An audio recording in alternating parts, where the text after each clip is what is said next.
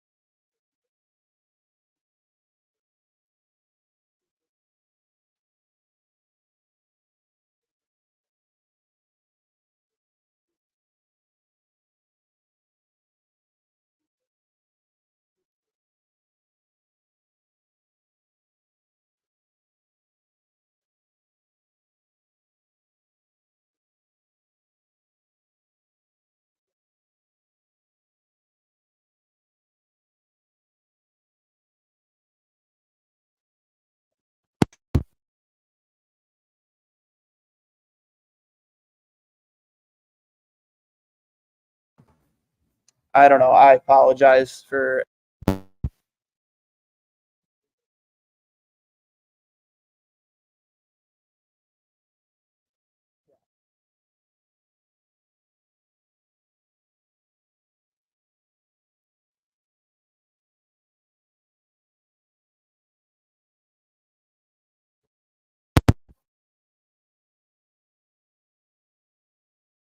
What about now, everybody? Can everybody hear me now? Can everybody hear me now? It's like that Verizon commercial. Can you hear me now? Good.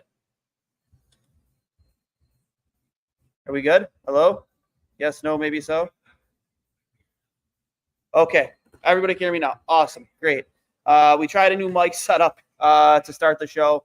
Apparently did not work, but fortunately, we're cooking with gas again finally. And I'll do my opening one last time. Welcome, everybody. Episode 159 of Two Goalies, One Mic, brought to you by Fattey Beer, live here at Fattey Beer in Lancaster for the opening of an NHL Free Agency, and, of course, Buffalo Logo Apparel, the premier spots to get all of your Buffalo sports apparel needs. Whether it's your shirts, your hats, your hoodies for the Bills, the Sabres, the Bisons, the Bandits, they have everything over at BuffaloLogo.com, at Buffalo Logo Co. on Instagram and Twitter, at Fattey Beer on Instagram and Twitter. Thank you, everybody, for joining me. I'm sorry for the couple minutes of technical difficulties there. I think we got everything figured out and solved. But thanks again for hopping on. NHL free agency kicked things off today. Obviously, there's like a kind of tampering period. Obviously, as we saw leading into 12 noon, where a lot of the signings started to get leaked. We knew about Stamkos like almost a half an hour before things started to kick off at noon. Marchessault even before that. Both reportedly, I'm not sure if it's made official yet, going to the Nashville Predators along with Brady Ski.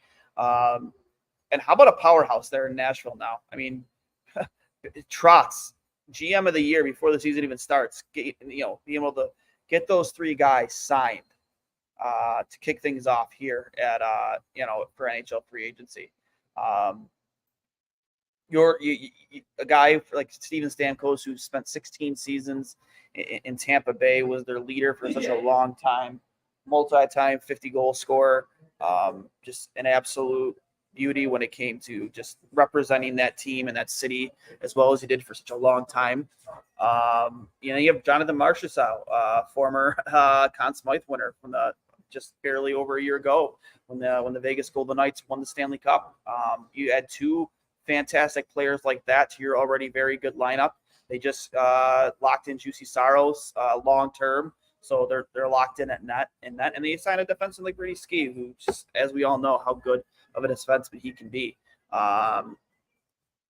Nashville got a lot better. I'm just thankful that they're not in the East or in the Atlantic. But we will kick things off here with obviously the two signings so far that have been announced by the Buffalo Sabres. Jason Zucker reported at 1 year, $5 million, I believe, from what I read. Actually, we have another signing by Buffalo. Ubi Kubel, signing it with the Buffalo Sabres. I'm looking up that right now to see if I can get that confirmed. Just came across a group chat of mine just now. So let's see. Kubel. remains unsigned. Chandler Stevenson also remains unsigned. He was at the very top of my list. He still remains unsigned. So it's talking back and forth with the bartender here, the guy holding down behind the pine here in Fattey Lancaster, Greg Day. Let's see. I can't confirm that. Trying to get Kubel. It looks like we might have another signing here by the Sabres. Breaking here on 2 goalies, 1 Mike. Let's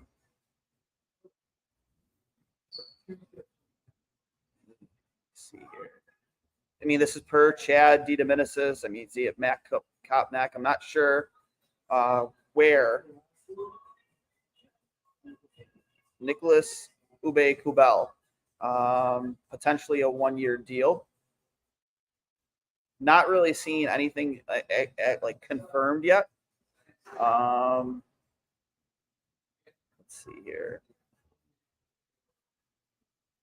Looking it up right now. Again, nothing's really been confirmed by anybody, but the rumor has it right now that the Sabres are signing Kubel, which again, Nicholas Kubel is a valuable player.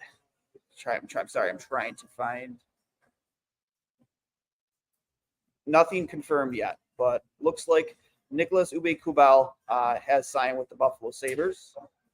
Last year with the Washington Capitals. Again, he's a bottom 6 guy. 16 points in 60 games.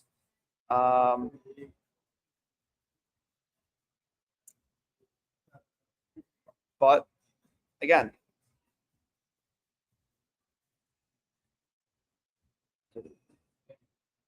another bottom 6 signing. We also did have a 2-way deal with Felix Sandstrom, 2-way contract according to Darren Drager. Again, that's a depth signing. But so far, confirmed Jason Zucker, 1 year, $5 million. We have Sam Lafferty, another bottom 6 guy at 2 years, $2 million. So 1 million, I think $2 million average. I'm sorry. But not a lot other than nothing confirmed on Nicholas Kubel. Again, the right winger.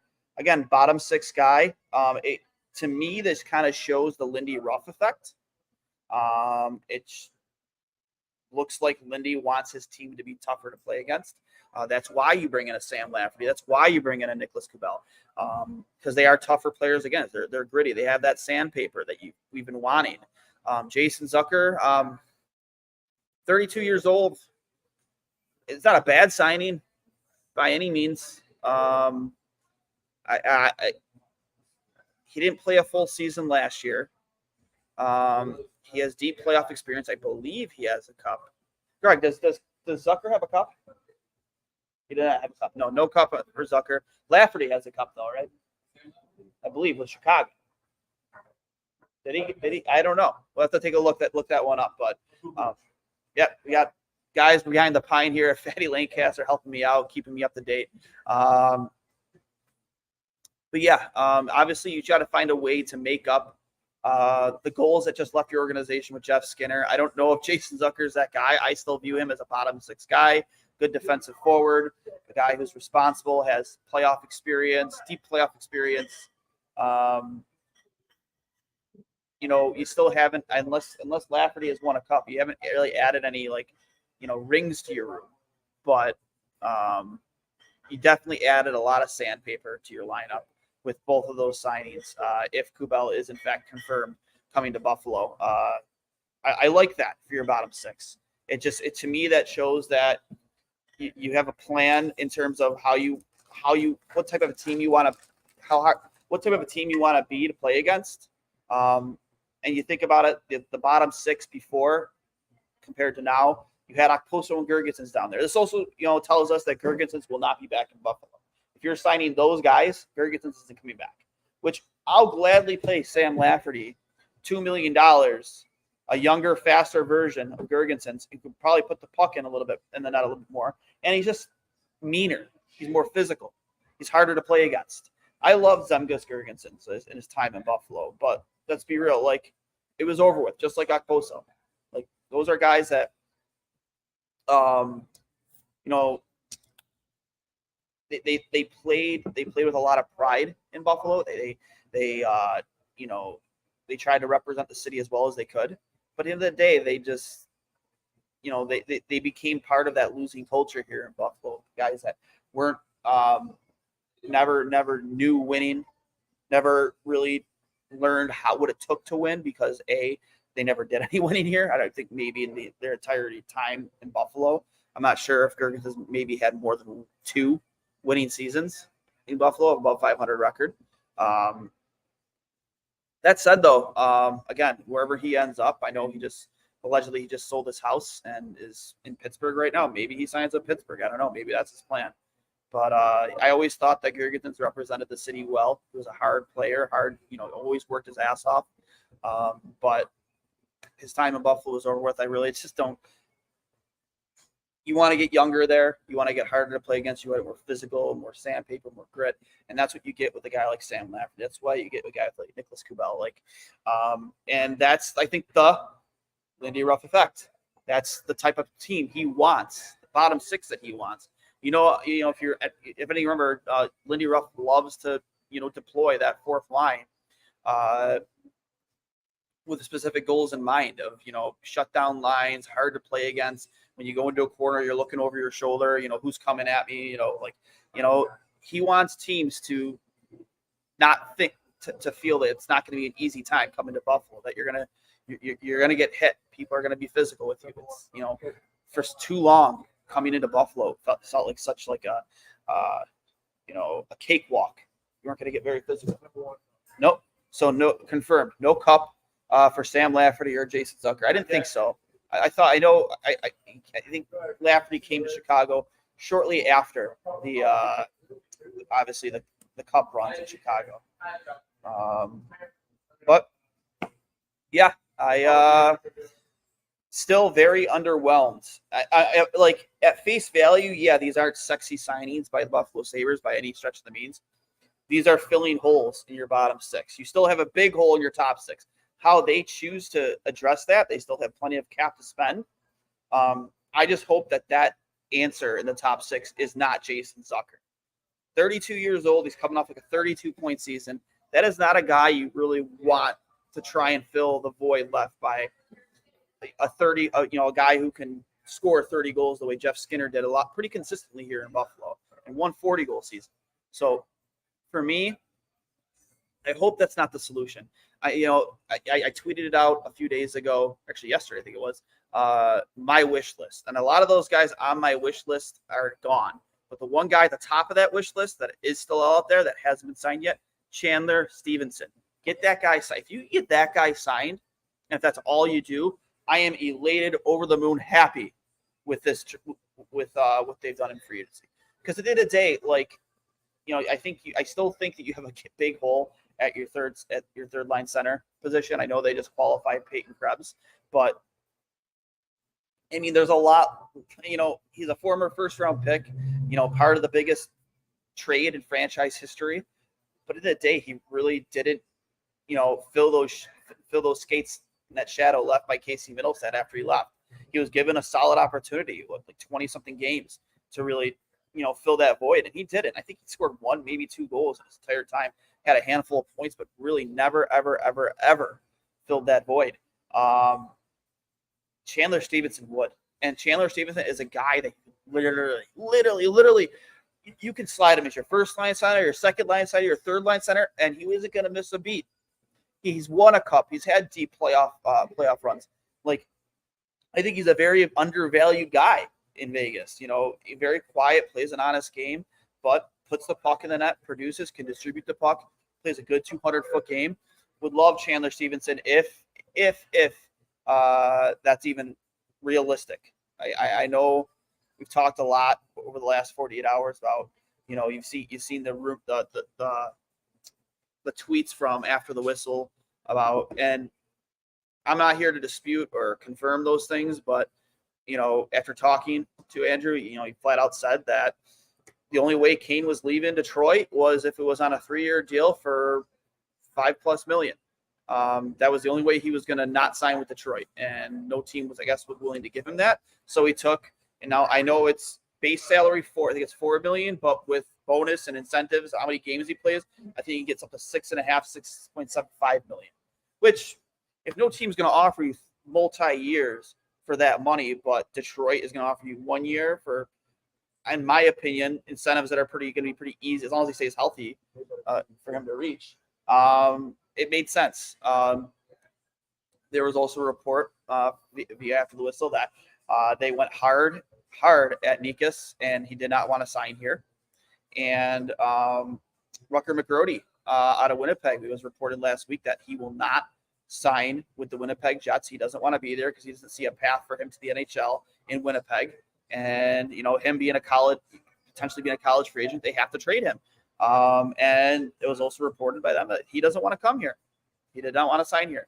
And that's not a good look for you if you're Kevin Adams. That teams don't want to sign here. A kid doesn't want to sign here. Where he would be given a path to the NHL.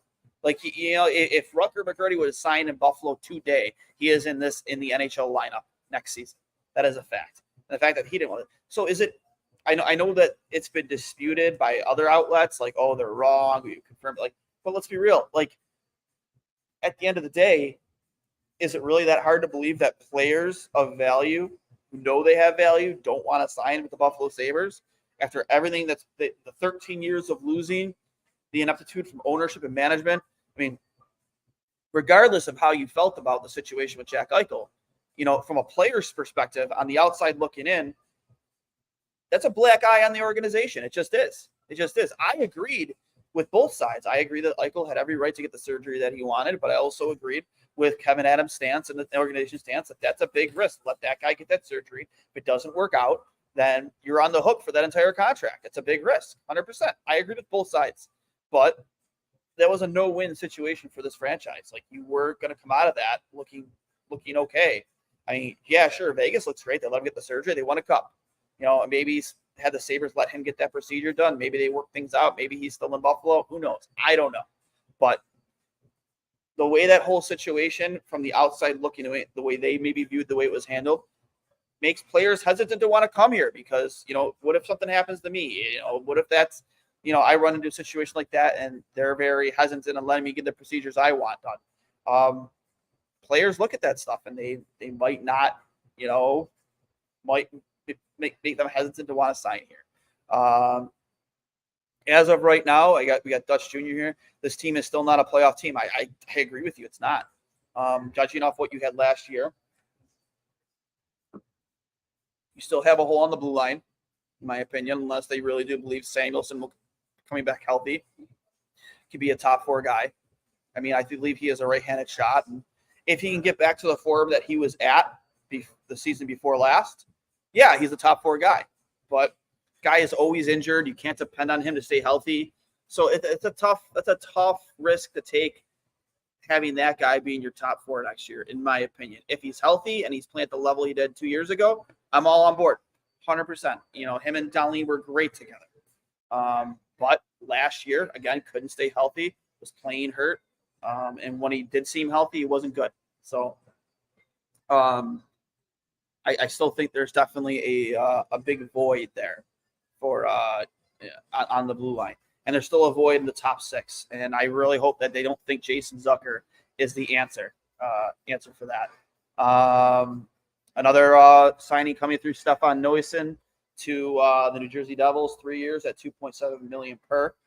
I'm going to go up and down Elliot Friedman's timeline here just to kind of give you guys a quick rundown of who has been signed. Matt Grzelcyk, 1 year, $2.75 million in Pittsburgh.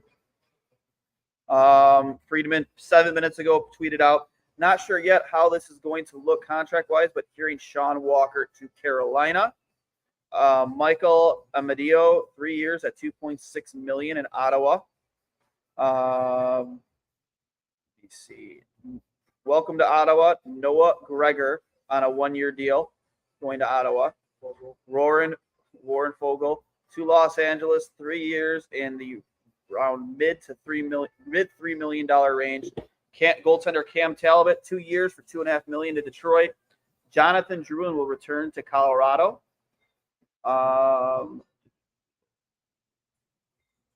Vancouver Canucks general manager Patrick Allvin announced today the club has agreed to terms on forward Danton Heinen, a 2-year contract worth $2.25 million. Kevin Stenlund, 2 years for $2 million in Utah. William Carrier, former Buffalo Sabre, 6 years for $2 million per in Carolina. Kiefer Sherwood, 2 years, $1.5 million in Vancouver. Jake DeBrusk, longtime Bruin, 7 years for $5.5 million in Vancouver. That is a great signing for the Vancouver Canucks. Sean Monahan, 5 for $5.5 in Columbus. Again, now we're seeing deals that were already reported before the Sabres made their signings. Nikita Zadorov, Boston making some moves. Nikita Zadorov, a very hard defensive player, very physical, very nasty. Something Buffalo could have used in their blue line. 6 years at $5 million. I have to believe that if Buffalo was in on that he probably just did not want to come back to the Sabres. And again, can you blame him? But 6 years, $5 million to be a Bruin. Defenseman Brendan Dillon going to New Jersey, 3 years for $4 million per.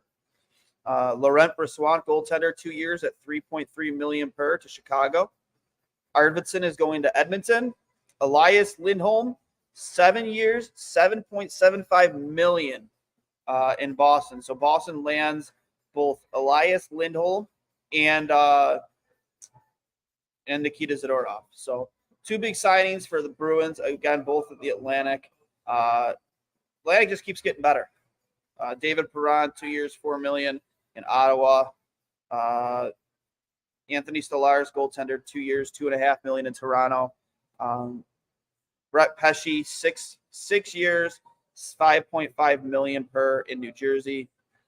But yeah, it looks like here, in addition to Chychrun being traded to Washington expected to sign Matt Roy. This is a big contract for him. 6 years, $5.75 million. Wow. Tyler Bertuzzi leaves the Atlantic. 4 years, $5.5 million in Chicago. Toivu Teravainen, 3 years for $5.4 million in Chicago. Oliver Ekman-Larsson to Toronto, 4 years at $3.5 million. And Anthony Mantha to Calgary at 1 year deal for $3.5 million. So Chychrun traded again. I think it was for a 3rd round pick.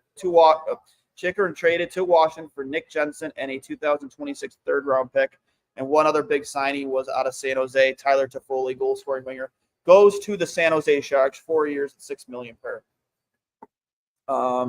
And then Jordan Martinook is re-signed with Carolina, 3 years, $3.05 million.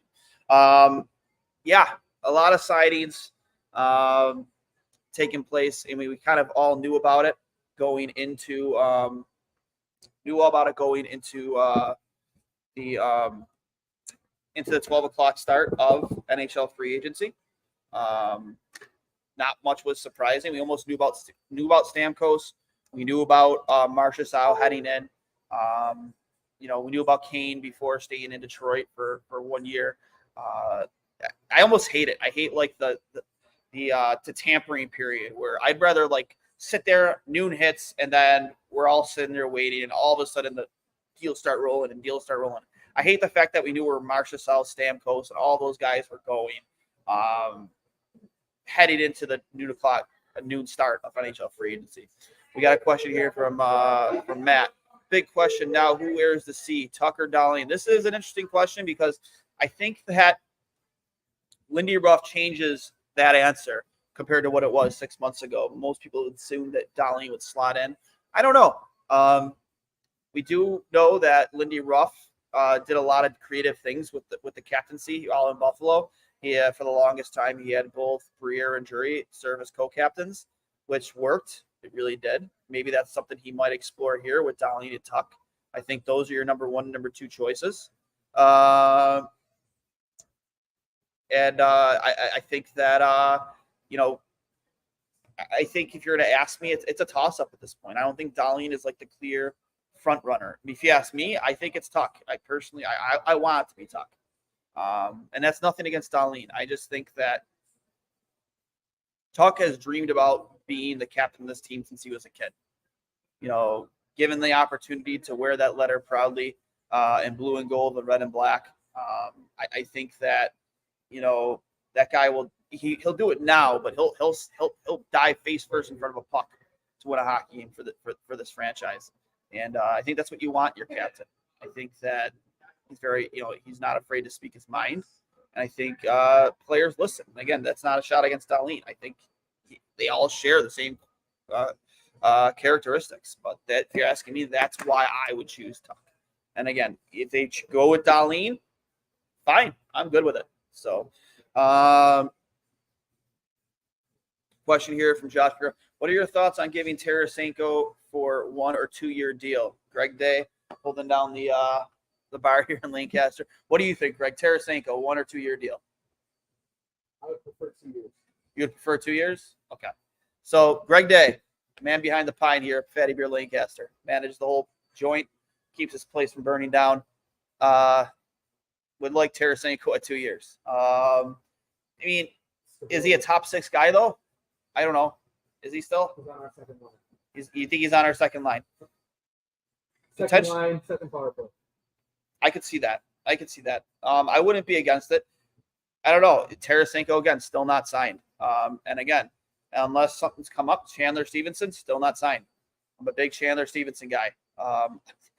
That's my dream signing. If they announce right now that they've signed Chandler Stevenson, they could shut it down, announce that they're done. Right after that, I'm good with it.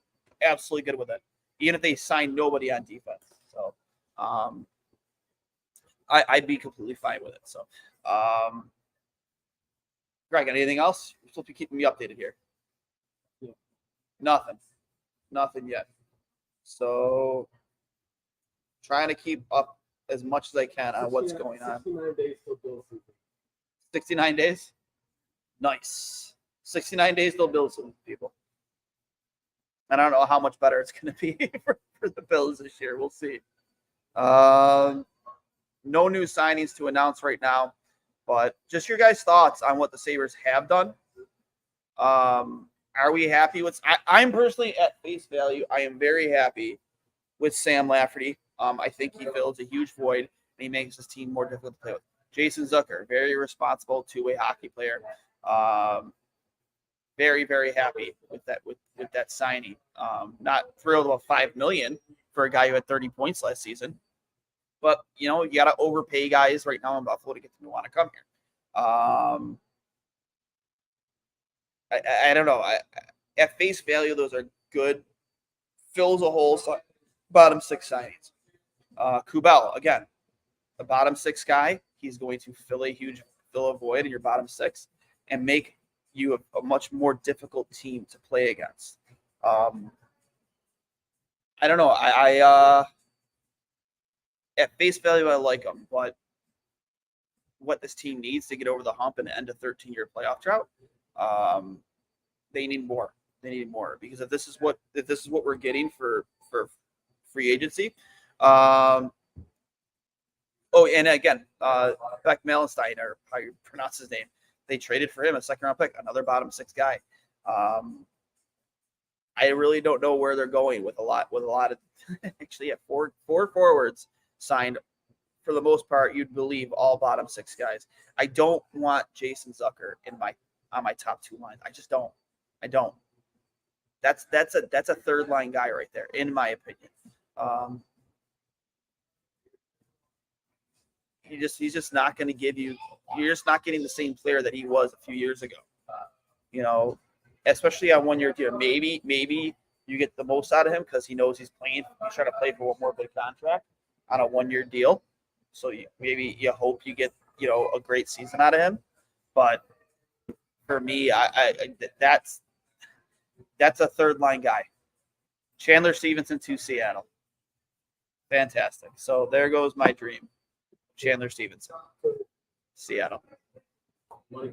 Chandler Stevenson to Seattle.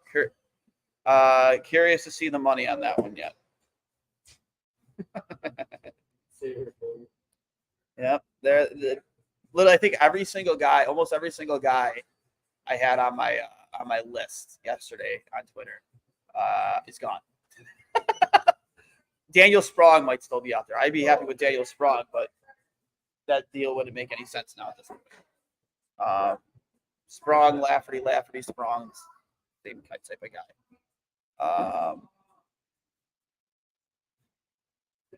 Let me see here.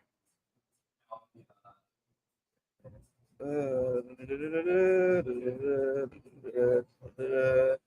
interested to see what the term and what the money. Chandler Stevenson, 7 years for around 6.25. Dude, I would have given him 8 for 8. I would have given Chandler Stevenson 8 years for $8 million this season. 100%. Players do not want to come That, right? Like, Greg, thank you. Like, I just don't think players want to come here. How are you not in on that guy? How are you not in on that guy? 7 years for 6.25. I would overpay Chandler Stevenson before I overpay Jason Zucker. You got to be kidding me with that, man. I would pay that guy 8 years, $8 million easily. Jesus fucking Christ. Sorry for the language, people. 8 years, $8 million. You telling me that doesn't get it done, even if he's hesitant and want? Like, come on. Do we really just spend the Skinner money on Jason Zucker, Sam Lafferty, and Nicholas Kubel? Is that who we just spent this money on? That's who we spent the money on. We already had cap space before that, too, by the way. And we still have cap space. And we still have cap space in it now. Please do not tell me that is who this team, this organization, spent that money on. Chandler Stevenson to Seattle for 7 years, $6.25 million. That is insane. I would have given him 8 years, $8 million per, no questions asked, right? I would have. Absolutely, he's worth it. He's worth every penny. He does everything right. Hey guys, we got Peyton Krebs at their line center though. That's the answer. That's the answer. Oh my God. Again, another free agency period where we do nothing but depth signings here. Here's the thing. I think they did extremely well today, and the draft, our first round pick, definitely makes more prospects spin. Their new bottom six is much more needed. I agree with that. I 100% agree with that. But you look at the numbers that some of these players, these in your lineup, top six guys that they got paid today, and you cannot tell me that they couldn't afford them. Choosing less money for better rosters. Yes. Like Seattle was a playoff. I don't think they didn't make the playoff last year, but they're a team. They have Matty Berniers. They have good stability in that organization. They're trending upward. Teams would take less money to go elsewhere than to come to Buffalo. Jason Zucker, like let's be real. How long was the list of teams blowing up his agent's phone?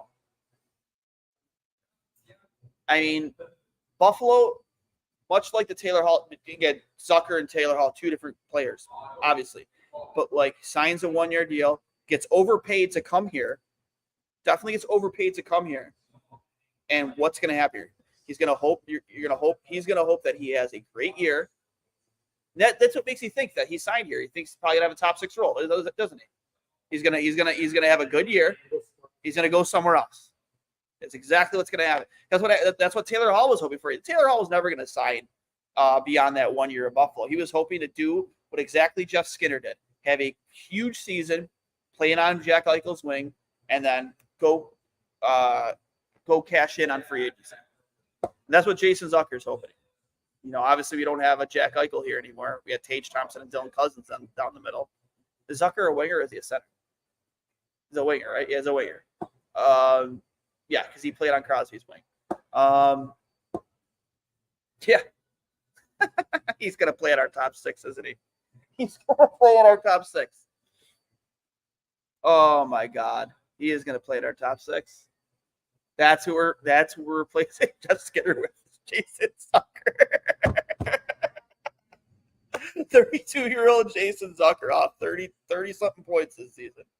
Oh, that is fantastic. And nothing against Jason Zucker. I hope he has a good season. Of course I do. That's what we're spending the Jeff Skinner money on? Are you kidding me? Like, I don't hate Jeff Zucker. Or Jason Zucker, I'm sorry. Jeff Skinner, Jason Zucker, Jeff Zucker, whatever. I don't hate the guy. I think it's a good bottom 6 signing, but if that's who they're going to replace Jeff Skinner with in the top 6, that's insane. To me, that is insane. Chandler Stevenson,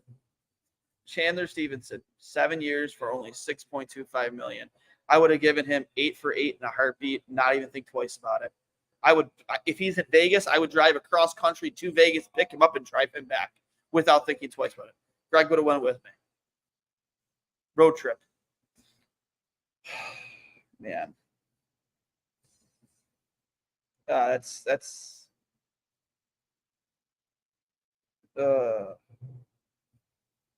depressing. I'll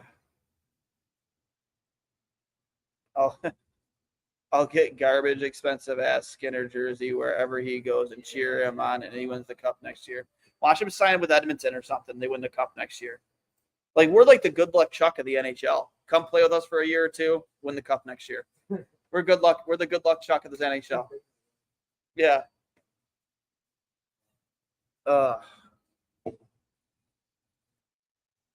Sell the team. Listen, guys, I'm actually going to sign off here for a little bit. I will be back on again shortly to recap. Thanks for hopping on again. I apologize for some of the audio difficulties there in the beginning. Tried a new audio setup. Hope it would work. It did not. But thanks for sticking with me here. Thanks for being in the comments. I just want to remember, you guys all remember this is brought to you by Fattey Beer Company, Western Europe's premier market and tap room, with 8 different Western Europe locations, over 300 beers to choose from. Get down here for happy hour trivia. They have live entertainment. Tim Britt was just here at the Lancaster location about a week ago. Absolutely great times, great vibes here at Fattey Beer at any of their locations. I'm located at the Lancaster spot right now. Getting ready for Lancaster days here coming up pretty soon.